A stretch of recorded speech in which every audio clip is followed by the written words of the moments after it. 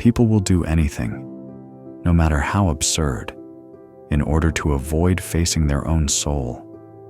Carl Jung.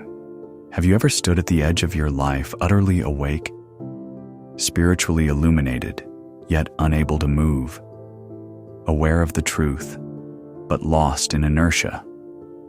You've climbed the mountain only to find that nothing looks like you thought it would, and now you're exhausted, not in the body, but in the soul. You no longer chase the things you once craved. You no longer believe in the same dreams.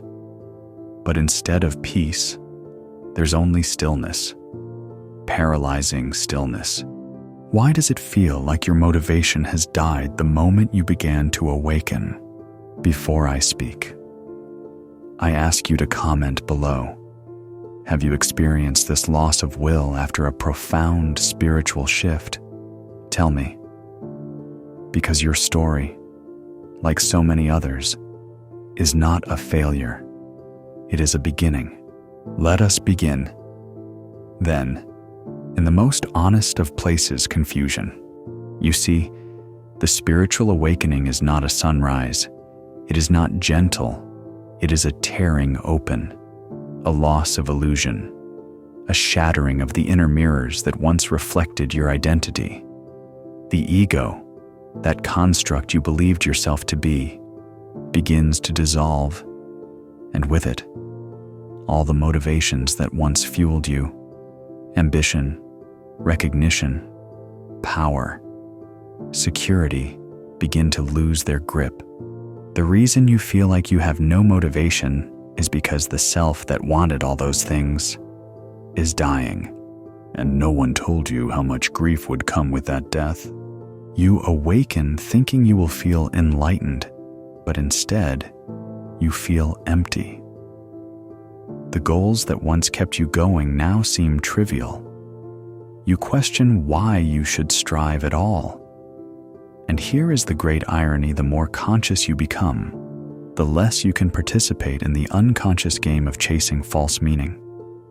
And yet, without that game, you have not yet discovered what is truly worth living for. You are in the liminal space, the in-between, not asleep, but not yet reborn. I must tell you plainly, this stage is normal, painful, yes, but essential.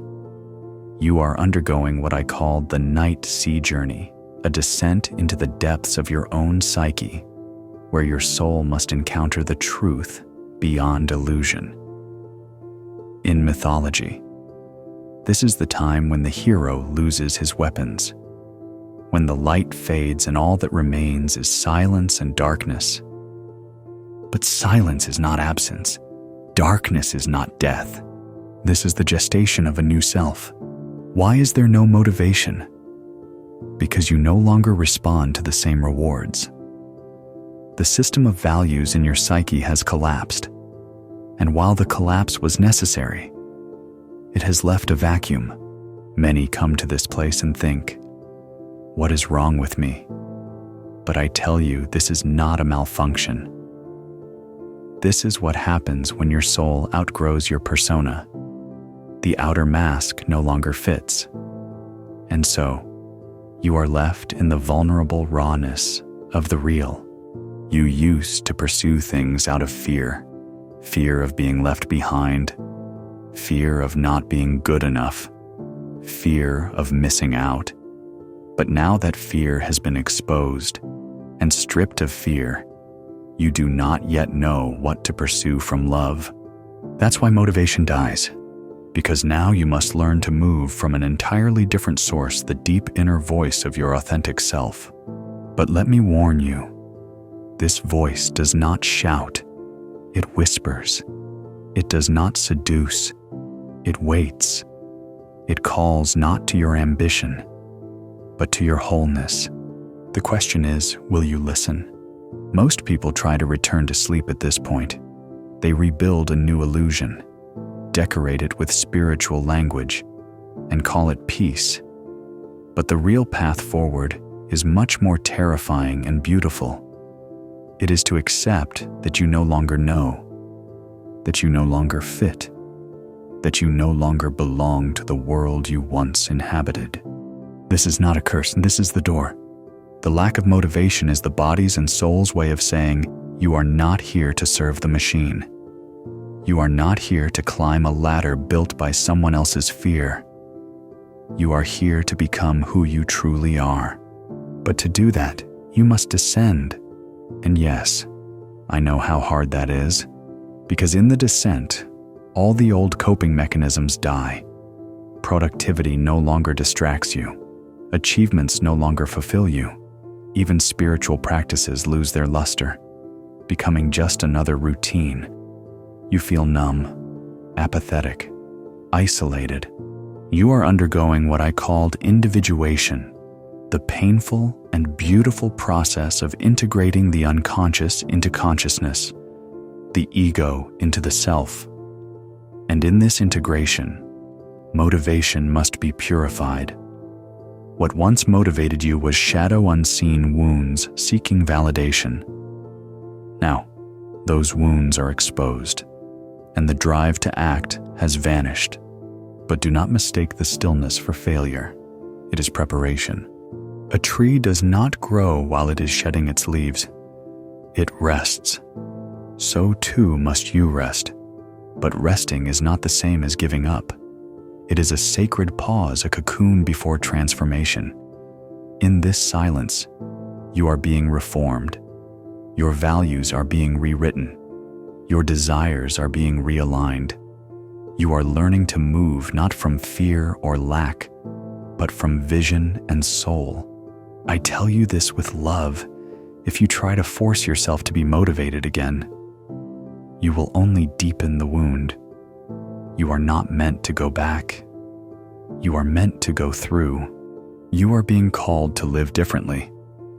But first, you must let die what no longer belongs.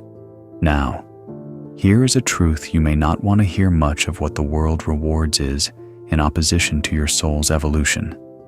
Fame, fortune, influence, these are not wrong, but they are not ends in themselves. When your soul awakens, it refuses to be baited by shallow victories. It demands authenticity, and authenticity is not glamorous. It is raw. It is solitary. It is real. That's why you feel lost, because you are leaving the game. But the new path hasn't yet revealed itself. This is the void between stories. You are the caterpillar who has dissolved in the chrysalis. You are not broken. You are becoming. The paradox is that while you feel most unmotivated, your soul is doing its deepest work. It is rewiring your values. It is detoxing you from external validation. It is teaching you how to hear the inner signal, the call of your destiny.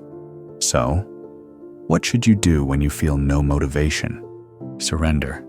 Yes, I know this word frightens the ego, but surrender is not passivity.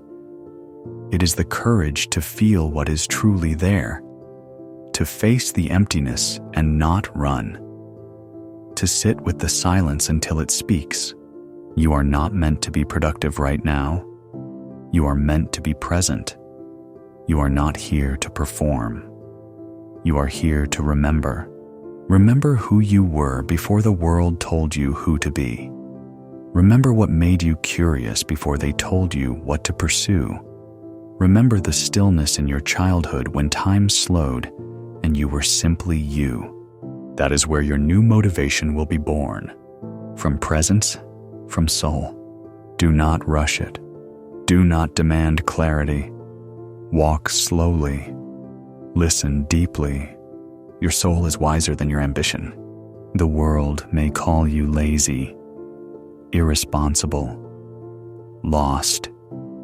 Let them. You are not here for their approval. You are here for your truth, and that truth is emerging. Let the old goals die. Let the false self grieve. And when you are ready, truly ready, you will feel a new fire. not the frantic fire of achievement, but the steady flame of purpose.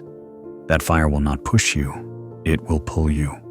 And when it comes, you will know it is real, because it will not come from guilt or comparison.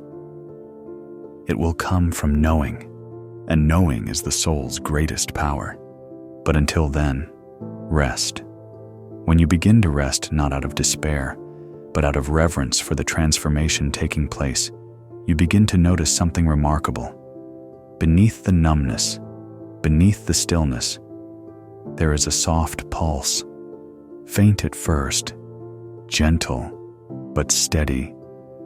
It is the call of your authentic life. This pulse will not resemble your old motivation. It does not come with plans, deadlines, or the illusion of control. It does not yell, "Go as ambition once did." Instead, it asks, "Are you listening? And if you do listen, truly listen," you begin to perceive the stirrings of a deeper purpose, not one handed down by society or inherited from family, but one whispered by the self you are becoming. This is the paradox. After spiritual awakening, you may feel as though everything has stopped, but in truth, everything is beginning. The ego interprets this stillness as failure, but the soul knows it is gestation. You are no longer motivated to chase illusions. You are being invited to create from essence, to serve something greater than the self-image you once built. And now comes the sacred responsibility to participate in your own becoming. Not by force, not by egoic striving, but by devotion to what is real. So how do you begin? Not with effort, with attention. You must become a student again, not of the world, but of your own soul. Observe your dreams. They are messages from the unconscious, symbols pointing to your buried truths. Notice the moments that stir your heart, not the fleeting dopamine hits, but the soul echoes. Pay attention to the people, stories, or landscapes that move you without reason. These are breadcrumbs, clues from the self.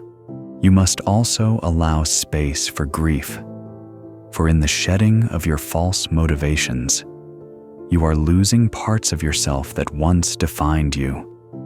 That loss must be honored. We cannot integrate what we refuse to mourn. Cry if you must. Rage if you must. But do not numb. Do not run.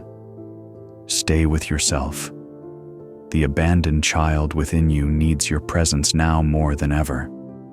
The very one you left behind when you first chose to become what others expected of you.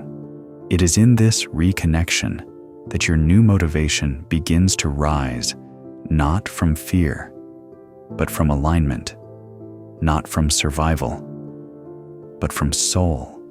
And here is another truth: your new motivation may not look impressive from the outside. It may call you to simple things: writing, gardening, teaching, healing, creating beauty in unseen ways. It may ask you to step away from the stage and tend to your own roots. You may not be recognized, but you will be real. You see, spiritual awakening does not make you a god. It makes you human, fully, vulnerably human. And to be human is to live with paradox, to hold both shadow and light, confusion and clarity, grief and joy. And from that wholeness, something new is born: wisdom. And wisdom is what the world truly needs. Not more noise, not more speed, but depth. Your lack of motivation is not a sickness. It is a sign that you are no longer willing to betray yourself in order to belong. You are no longer willing to perform meaning. You want the real thing. And that desire, though painful, is sacred. But beware, the ego will tempt you to numb again. It will whisper that this path is too uncertain, that you must go back to chasing, producing, pleasing. You must resist that voice, not by fighting it, but by recognizing it. It is only afraid, and fear is not your enemy. It is your indicator that something meaningful is near. Your work now is not to escape fear, but to walk through it, to trust that something more authentic is waiting on the other side. Now, let me tell you what emerges when you trust this process. First, a new energy arises, not the frantic buzz of fear-based productivity, but a grounded vitality. This energy doesn't seek validation. It seeks expression. It wants to move through you, not for applause, but for wholeness. You write because your soul must speak. You create because beauty demands to be born. You help others because you can't bear to withhold what you've learned in the dark. Second, you begin to align with calling rather than career. You no longer ask, "What can I do to be successful?" but instead, "What is mine to do in this world?" And you begin to hear an answer not all at once, but in fragments, like stars appearing slowly in a darkening sky. Third, your motivation becomes sustainable because it is no longer built on the fragile foundation of ego. It does not burn out so quickly. It is not a firework. It is a hearth, a steady flame that can weather storms.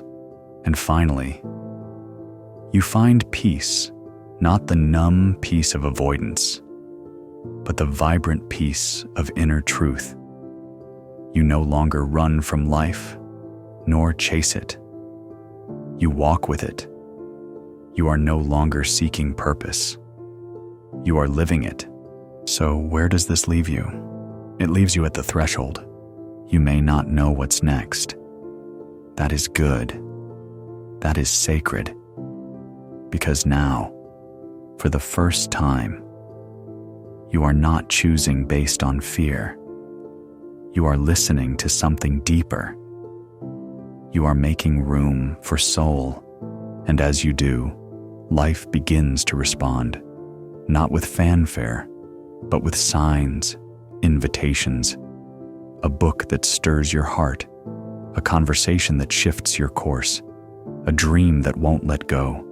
You follow these threads, you honor them, and step by step, you begin to build a new life not from the ruins of your old self, but from the truth you have uncovered beneath it.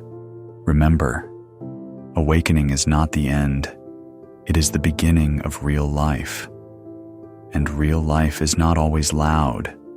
It is subtle, sacred, demanding in new ways, but infinitely more satisfying. Do not rush to find motivation. Let it find you. Let it rise naturally from your soul's timing. And when it does, it will feel different. It will not pull you toward success. It will pull you toward meaning. It will not make you faster. It will make you deeper. It will not demand performance. It will ask for presence. And presence, my friend, is the rarest form of power in a world addicted to distraction. So now, I ask you again, do you really have no motivation? Or are you simply waking up to a life where only authentic motivation can survive? The old fire has gone out. Yes, but not because you are broken, because a new flame is being born. And this flame is yours, not borrowed, not inherited, not projected. Yours. Tend to it, protect it, trust it. In time, it will light the way not just for you, but for others still trapped in the illusion you've outgrown. This is your task. Not to go back, not to fix, but to become. And becoming is not a race, it is a return. A return to the center, to the self, to the sacred truth that you were never meant to be what the world wanted. You were meant to awaken, and then to live, truly live.